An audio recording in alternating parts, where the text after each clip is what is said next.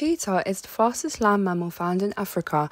They are spotted felines with sexually dysmorphic differences in size. Cheetahs are highly territorial and are often solitary. They are highly anxious animals with complex social requirements. Most of their behaviour is in response to environmental stimuli, making it hard to induce behaviours in captivity. In these tables, we can see how captivity affects all aspects of cheetah behaviour. In this presentation, I will use evidence from research and investigate different behaviour and how it is displayed in the wild versus in captivity, particularly focusing on social behaviour using behavioural theories to apply to cheetahs. Some concepts that are evident in cheetah behaviour include social learning theory, which refers to how animals learn from association or observation.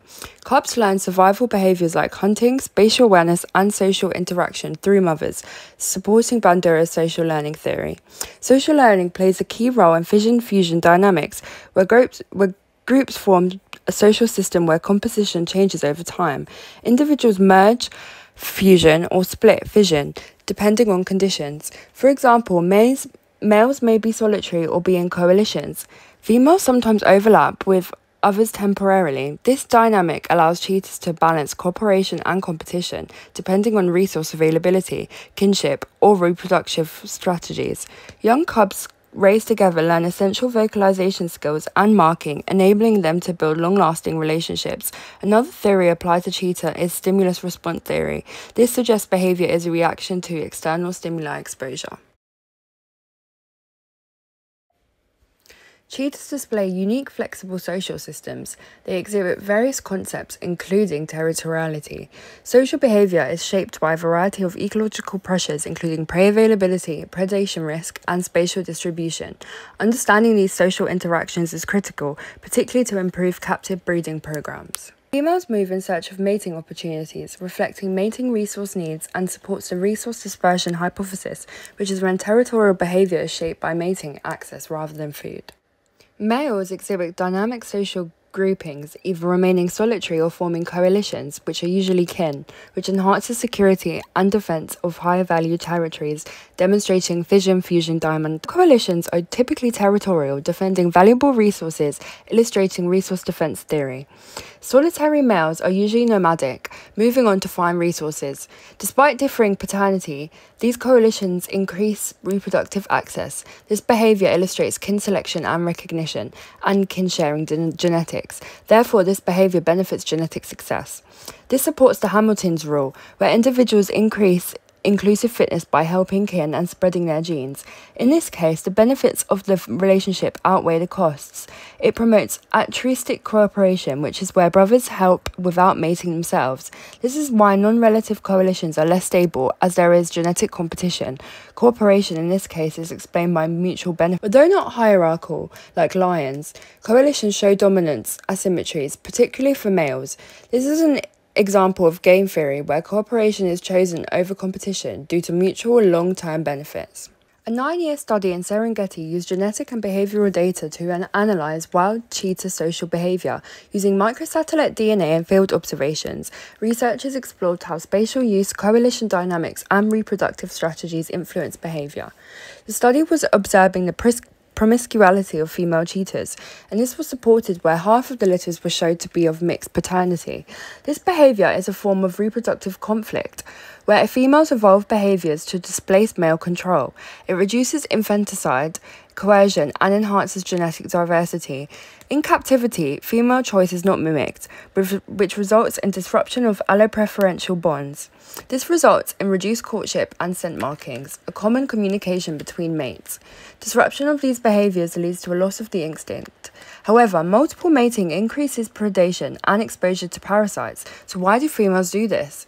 It's due to the benefits, which is explained by optimal mating theory, which is where females maximize inclusive fitness under environmental and social constraints.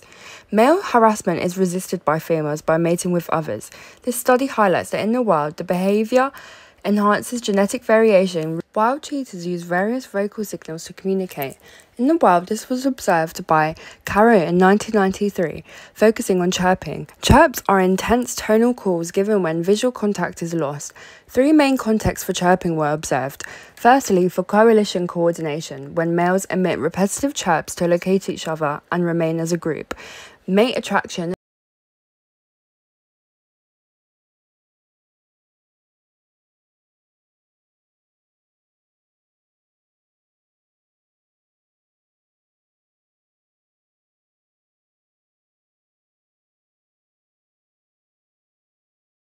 These findings support research of captive cheetahs. In both settings, cheetahs vocalize when individuals lose visual contact. To find a mate. For example, this could be due to males detecting female scents, Chirps have individual variations in in pitch and mother duration, and cub contact encoding is when both females sex will and chirp at cubs individual when they become identity. separated, This allows influence them chirping to to not restore only contact. signal In all where these cases, chirps advertise the caller's location and initiate social contact. Depend on olfactory signals to obtain information about other individuals. Olfactory is a communication type where males mark scents by scratching and urinating to signal presence. Many factors about an individual can be identified by urine, including sex, age, parasite load, nutrition, hormone levels, territory size, and overall health, affecting mate choice. Once females gain information from sniffing, they choose whether to stay in the proximity of the preferred male scent or to wander to other locations. The implications of this study highlight the importance of allowing mate choice behaviours to get successful offspring. Cheetahs also exhibit various visual communication through facial expressions and tail posture, unlike other felines. Captivity induces social challenges. Forced proximity leads to unnatural groupings, causing changes to behaviour. An example includes females' responses to being housed with other females despite being solitary naturally. In captivity, behavioural incompatibilities are a primary cause of low reproductive success rates. Despite male responses indicating estrus, females show atypical behaviours. Key findings from Gilman in 2017 revealed that females housed with other female littermates resisted mating attempts. When females were removed and relocated, they bred successfully. Females transferred before sexual maturity without littermates had the highest breeding success. Littermates only bred successfully after relocation, reflecting the solitary nature of wild females. Males did not show the same traits. Coalitions contribute to male breeding success. Temperament was also found to implicate breeding success, avoidance, or and regression. Stresses affecting temperament induced tense, fearful females. These stresses include human presence and environmental exposure. Artificial grouping disrupts selection, kin relationships, and dominance and stress. Cheetahs grouped together were also found to be more susceptible to diseases like FIP. Of maternal rejection in captive environments, with some even cannibalizing offspring. Maternal rejection is where a mother fails to care for, nurse, or bond with offspring caused by stress, inexperience, or poor environment conditions. High rates of maternal rejection exist in captive bred cheetahs, caused by lack of role models, sensory stressors like human presence, and disrupted imprinting and early bonding. To impaired filial imprinting, poor development of species behaviours, and abnormal social cognition and stress responses. Females display high levels Rejection during sensitive periods increases allostatic load, increasing cortisol levels, which leads to social anxiety and poor mating behaviour. A study by Barr in 2025 suggested rejection is induced by the low predation risk. In the wild, cheetahs stay and nurture young predominantly due to predation risk. With no experience with predators in captivity, cheetahs may have lost this instinct, resulting in rejection. The study highlighted female maternal success could be increased by proper diet, enrichment, and mimicking natural mate selection. Maternal rejection disrupts ontogeneity, the development of the individual through embryo to adulthood. Behaviour is impacted as cheetah cubs have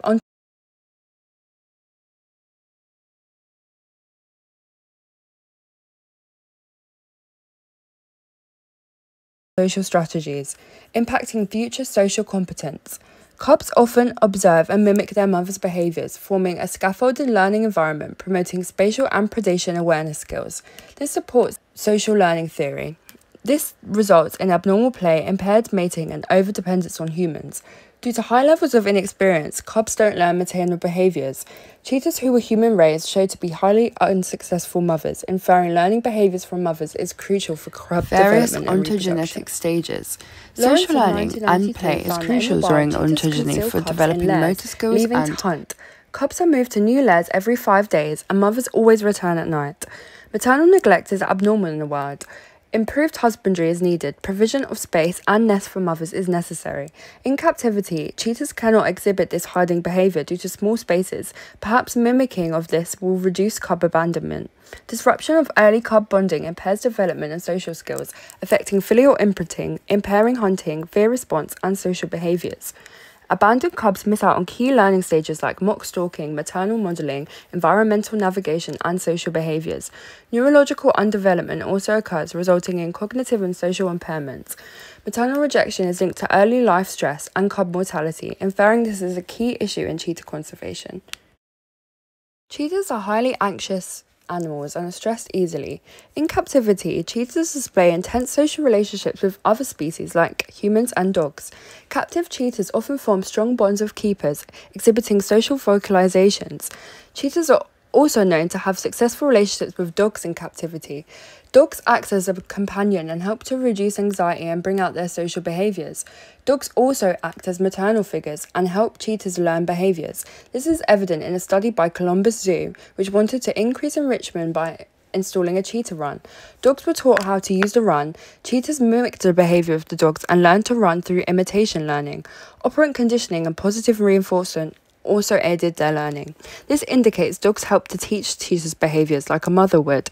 Since cheetahs and dogs are often paired for long periods of time, there is a unique opportunity to explore the behaviours that they don't usually learn in the wild. Perhaps the use of dogs in breeding programs would help mating success, and dogs could be trained to mimic natural cheetah courtship behaviour. However, dogs cannot mimic the same vocalizations of cheetahs or olfactory gland rubbing, making social communication difficult. Dogs can't teach cheetahs behaviours that they learn in the wild, which learns to failure to support interspecies development. However, overall, dogs prove to reduce stress, indicating they benefit captive individuals. Despite this research, there is evidence that when re-released into the wild, cheetahs can rebuild their social skills due to exposure to environmental stimuli. They often regain maternal instincts, and males reform and build strong coalitions. In captivity, free roaming or large enclosures increase outcomes, indicating social stress may be caused by conflict and low spatiality. A study in Namibia found that 86 of released captive raised orphans were 75% successful in mating when re-released into the wild. A study by Marker in 2023 found that releasing males in captive bonded coalitions often proved successful, and coalitions remained after release. One coalition was formed after release, indicating environmental stresses influence this natural behaviour, as it benefits them to be in cooperation. The influence of predation, mating success, territory and prey availability all influence the social cues to form coalitions. Clearly, these behaviours are induced by the environment, and cheetah socialisation can be improved by mimicking these conditions. It highlights the complex requirements cheetahs need to thrive and indicates perhaps captivity will never fulfill their diverse needs. Like self-mutilation, grooming, and pacing is supported by research indicating captive cheetahs have higher adrenal glands and higher levels of corticoids. In the wild, stress responses are adaptive and therefore quickly resolved. In captivity, stress is chronic due to predictable routines, spatial restriction, and leads to low behavioural plasticity in captivity. This is where they cannot modify behaviour to cope with environmental changes, leading to poor allostatic load regulation. The physiological systems to chronic stress from trying to maintain homeostasis through behavioural and hormonal responses. This causes elevated corticoids, which result in negative impacts on metabolism, reproduction, and immune response. This leads to conditions like cortisol elevation, gastric ulcers, and urinary diseases have increased by 20%. Indicating reduced genetic adaptability to pathogens in captivity due to stress. A study by Terrio on the Cheetah Conservation Fund found a significant increase in stress levels through examination of adrenal glands in captive cheetahs compared to captive free-ranging cheetahs. Stimulus response theory and behavioural plasticity can guide husbandry improvements, providing cognitive and sensory enrichment like scents and companions and diverse habitats will reduce stress and promote natural behaviour. However, regular feeding, minimal predation risk, and stable social settings, as well as operant conditioning with handlers. Captive cheetahs show less spontaneous hunting behaviour, as well as reproductive and social failure, which mark a key behavioural indicator of domestication failure. But tame cheetahs and reliable temperaments mean they can be used for education, ultimately fueling public support.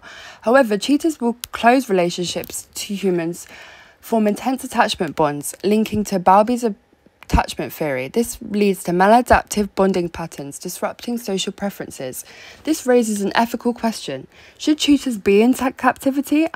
Attempts on cheetahs has led to selection of tamer individuals. This evolves them differently into the wild and results in a loss of natural survival traits. Domestication attempts to fuel the illegal pet trade, leading to further conservation impacts. Loss of critical natural behaviour has devastated breeding programs.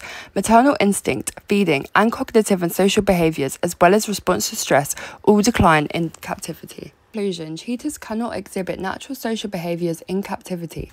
Domestication constrains natural solidarity of females, male coalitions, mate choice, social interaction, maternal instinct, natural development, and stress.